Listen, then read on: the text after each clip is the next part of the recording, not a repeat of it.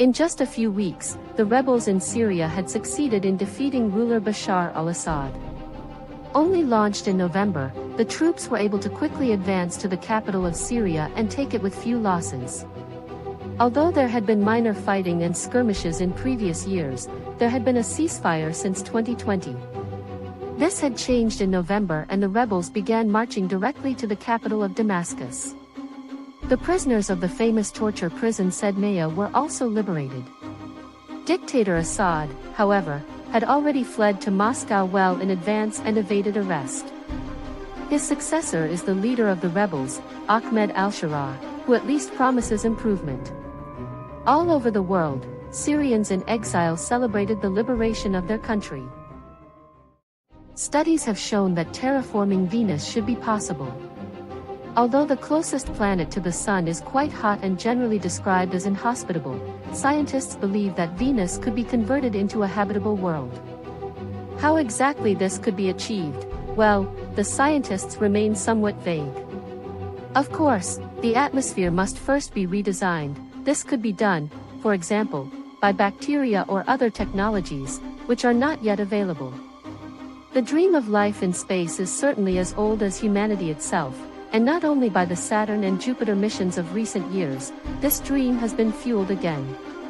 Nevertheless, it is still a long step towards a spacefaring humanity that really colonizes other planets.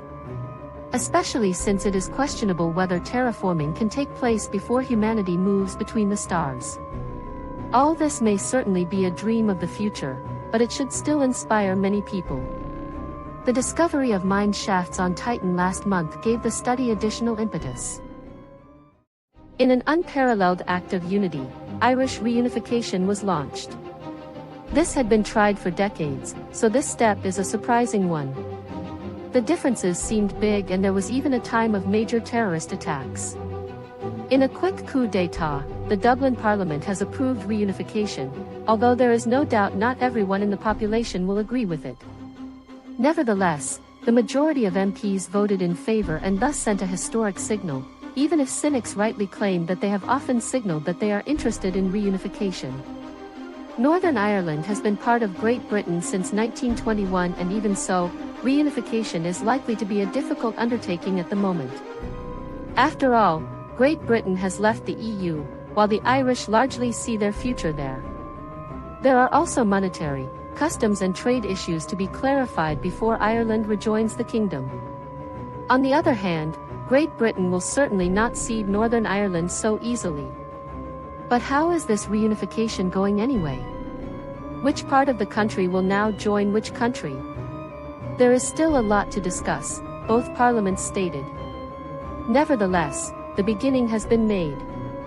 It was important to both countries to send a signal of unity and end terrorism in Ireland in times of great uncertainty unleashed on the world by a President Donald Trump. Not that this has been a problem in recent years.